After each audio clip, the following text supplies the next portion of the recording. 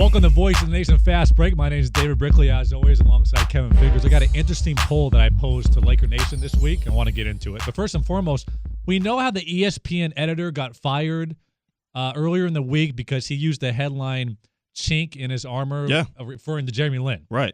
It caused a lot of headlines. It offended some people. Some people said, hey, listen, it's not that big of a deal.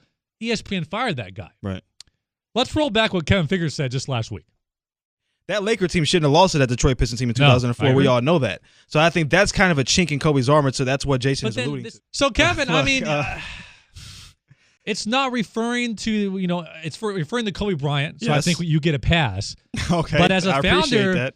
As a founder of Voice of the Nation, I think I might have to suspend you. Oh, really? For the next couple of weeks, let's just let's wait till this all airs out, because there are people in the comments that caught that. Look, some things are taken out of context. That's not exactly. As long as you apologize to the nation about it, then I think we're cool. So feel free. I don't know Kevin? if an apology is necessary. Kevin. I don't think an apology is necessary. I just think that certain things are taken out of context when people say certain things, and I think that happened with Jerry Lin. It's funny because we recorded that a day before that whole thing broke. It's just kind of ironic anyway. I thought it was funny. Very. All right, so I posed this question to Laker Nation on our Facebook.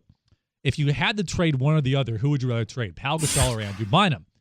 61%, believe it or not, would rather trade Pau Gasol than Andrew Bynum. So I'll pose this question to you. I also have my opinion.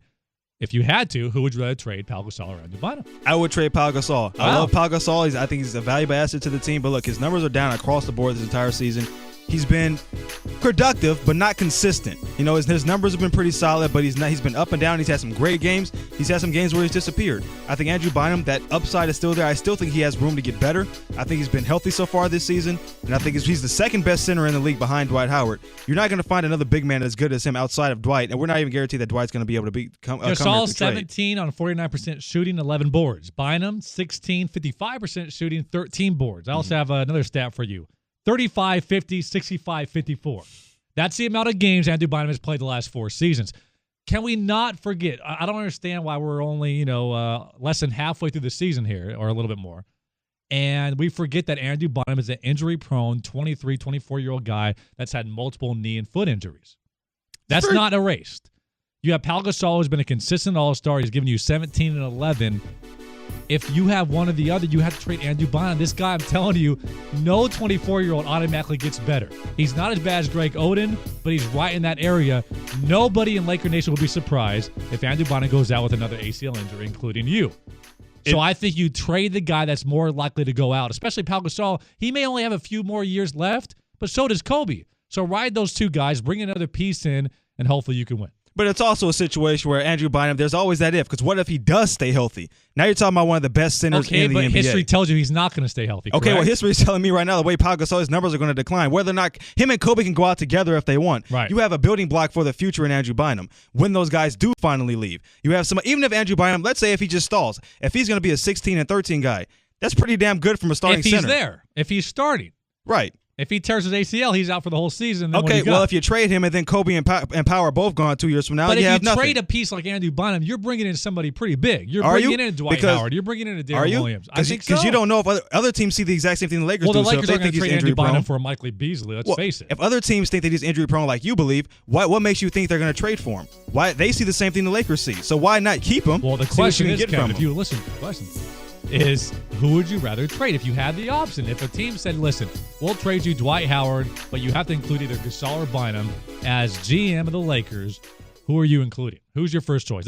They say, we'll take one or the other. Well, and you're saying you're not going to have Andrew Bynum and Dwight Howard on the same team. So from that standpoint, you have to trade one for the other. You can't really say, obviously, you would have to look at each package separately to see who you want to send out.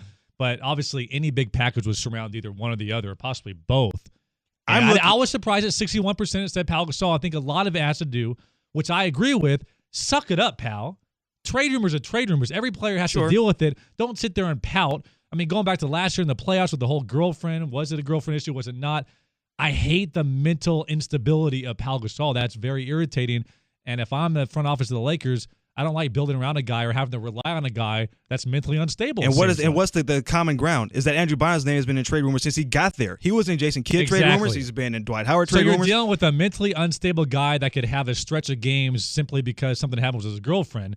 and then you have an injury-prone center. I mean, Right. you're having the worst of both worlds here. Which one would you rather There's have? no perfect scenario. A guy that mentally checks out from time to time, or a guy that his knee checks out from time to time? And you have to look at the type of injuries that Andrew Bynum has had, too. These aren't like he's running down the floor and he just falls down out of nowhere. I mean, he's landed on a guy's There foot we go. twice. There we go. Those are the injuries. Those are the kind of injuries that Andrew Bynum We're has. defending the injuries now. So we'll throw out the Laker Nation. Who would you rather trade if you had the choice? Would it be Pau Gasol or Andrew Bynum? Make sure to comment below in the comments section, like this video, and subscribe to our channel. For Kevin Figures, my name is David.